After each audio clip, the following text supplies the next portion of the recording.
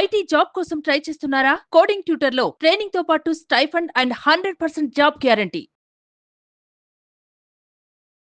Hi అండి, అందరికీ నమస్కారం. నేను మీ వేణుగోపాల్ రెడ్డి. ఈరోజు చాలా మంది విద్యార్థులు అడుగుతున్నారు, సార్ మీరు ఏంటంటే సిఎస్సి పని అయిపోయింది అంటారు, ఒక్కసారి ఏమో ఇంకోటి బీటెక్ చదివితే పెద్ద విలువ లేదంటారు, అసలు ఏం చేయమంటారు మమ్మల్ని అని అడుగుతుంటారు.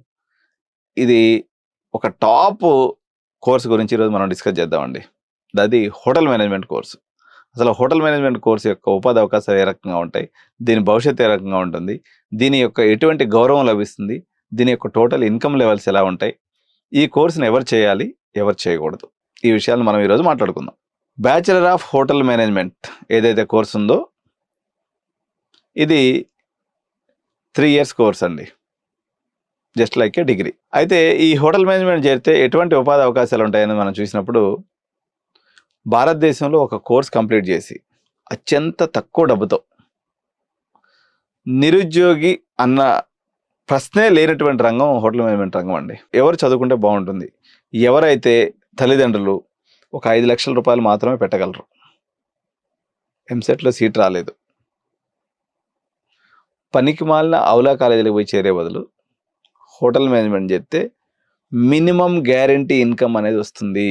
Minimum guarantee income. ఇప్పుడు మేము మంచి కాలేజ్ ఉంటే చెప్పండి సార్.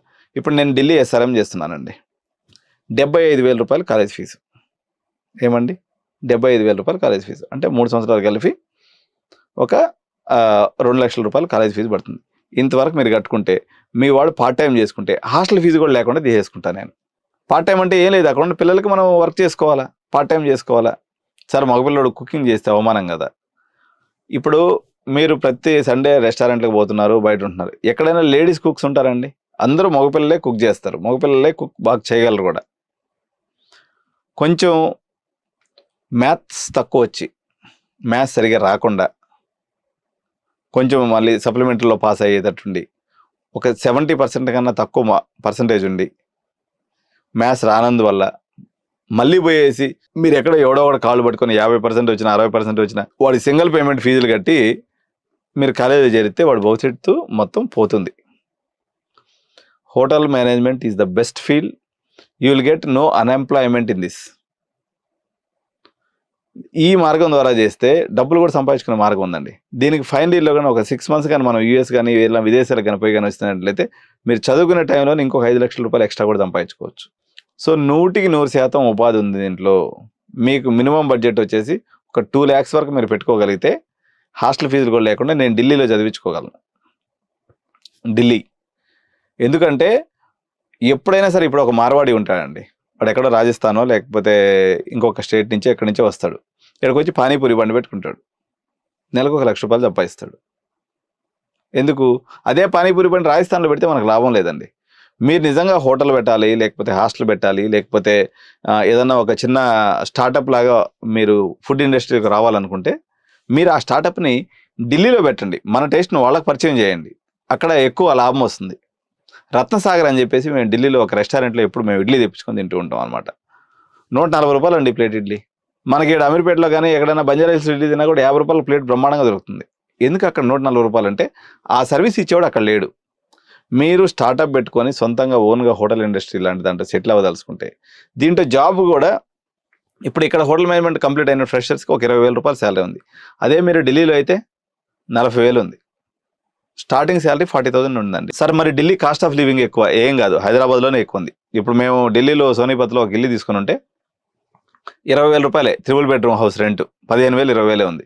మీకు హైదరాబాద్లో ఎక్కడ ఉన్నాయి 15,000 3 bedroom హౌసెస్? ఎక్కడో మూలకు పోవాల్సి వస్తుంది. కాబట్టి హోటల్ మేనేజ్మెంట్ అనేది ప్రామిసింగ్ కెరియర్. శాలరీ ఎంత ఉంటుంది? మంత్లీ ఒక 40,000 ఉంటుంది. విదేశాలకు పోతే 1,50,000 ఉంటుంది. మీరు దుబాయ్ లాంటి ప్లేస్కి వెళ్ళండి, లేకపోతే జర్మనీ లాంటి లాంగ్వేజ్ నేర్చుకుని, ఒక జర్మనీ లాంటి, ఇప్పుడు హోటల్ మేనేజ్మెంట్ చేరి ఏదైనా ఒక లాంగ్వేజ్ నేర్చుకోండి, ఫ్రెంచ్ నేర్చుకోండి. Example, hotel management with French నేర్చుకున్నట్లయితే మీరు నెలకు 2.5 లక్షలు మీరు ఫ్రాన్స్లో పోయి పంపించవచ్చు. ఎందుకంటే అది టూరిజం బాగా ఎక్కువ ఉంటుంది. ఫ్రాన్స్, నెదర్లాండ్ ఇటువంటి ప్రదేశాల్లో టూరిస్టుల యొక్క తాకిడి విపరీతంగా ఉంటుంది. ప్రతి హోటల్లో మీకు మంచి ఎంప్లాయ్మెంట్ దొరుకుతుంది. మంత్లీ 2 లక్షల రూపాయలు శాలరీ మిగులుతుంది. మోరోవరు మీకు అర్థం కానటువంటి మ్యాథ్స్, మీకు సరిగా రానటువంటి మ్యాథ్స్ని వదిలించుకున్నట్టు అవుతుంది. నేను ఢిల్లీలో మంచి కాలేజెస్లో హోటల్ మేనేజ్మెంట్ చేయడంతో పాటు మీకు అవసరమైనటువంటి స్టార్టప్ ఆలోచనలు ఏదైనా ఉన్నా కూడా నేను సపోర్ట్ చేస్తా. చాలా స్టార్టప్ కల్చరు పెరుగుతుంది. మీరు కియోస్క్ అంటే హోటల్ అంటే ఏందో పెద్ద ₹1 కోటి పెట్టి పెట్టే హోటల్ కాదు. ఒక 20x20 రూమ్ తీసుకున్నా, 10x10 రూమ్ తీసుకున్నా కానీ చిన్న స్టార్టప్ పెట్టుకున్నా కానీ నెలకు 1,00,000-1,50,000 మిగులుతుంది భయ్. ఎందుకు మనకి ఈ కష్టాలు? మీరు 10-20 వేలకు ఉద్యోగం చేయాలనేటువంటి ఆలోచన ఫస్ట్ మానుకోండి. చిన్న వయసులో ఉన్నారు కదా, మీకు మీరే కాంపిటీషన్ అనుకోండి, కష్టపడి చదవండి. ఇప్పుడు బీటెక్ జరిగితే ఏమవుతుందంటే ఓన్లీ సెమిస్టర్ 2 రోజుల ముందో ఎగ్జామ్ ముందో కొంచెం అట్లా బ్యాటింగ్ చేసేసి ఆ ఎగ్జామ్స్ రాసేస్తే బీటెక్ సర్టిఫికేట్ వచ్చేస్తుంది. ఆ సర్టిఫికేట్ మీకు ఎందుకు పనిచేయదు. మార్కెట్లో చాలా కాంపిటీషన్ ఉంది. ఓన్లీ స్కిల్ వరకు మాత్రమే వాల్యూ ఉంది. ఇది మీరు గుర్తించాలి. అందులో హోటల్ మేనేజ్మెంట్ అనేది మంచి ప్రామిసింగ్ ఫీల్డ్. మీకు అనవసరమైనటువంటి ప్రిస్టేజ్ పాయింట్ లేకపోతే, నేను హోటల్లో చెఫ్ అని చెప్పుకోవటం కానీ, నేను హోటల్లో మేనేజర్ అని చెప్పుకోవటం కానీ, లేకపోతే నేను హోటల్ మేనేజ్మెంట్ సిగ్గు అని భావించేటువంటి వాళ్ళు దీన్ని రావద్దు.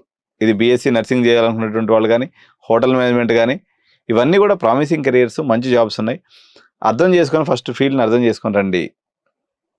మీరు బీటెకే చదువుతాం, ఆ సర్టిఫికేట్ పెట్టుకొని రోడ్డు మీద పడతాం అంటే ఎవడో ఏం కాపాడలేడు మిమ్మల్ని. ఇంకా ఆలోచన చేయండి. ఈరోజు పేరెంట్స్గా మీరు ఏమనుకుంటున్నారంటే, మీరు బీటెక్ చదివిపోతే పక్కింటి ఆయన ఏమనుకుంటాడో, మా బంధువులు ఏమనుకుంటారని బాధపడుతున్నారు. కానీ వాడికి ఆ చదువు అర్థం కాక, ఆ సబ్జెక్ట్ లాగలేక, వాడికి నేను చెప్పాను కదా ఆల్రెడీ, నేను ఎవరికి రెఫర్ చేస్తున్నా, ఇది మ్యాథమెటిక్స్ స్కిల్ కొంచెం తక్కువ ఉన్న వాళ్ళని తీసుకోమని చెప్తున్నా.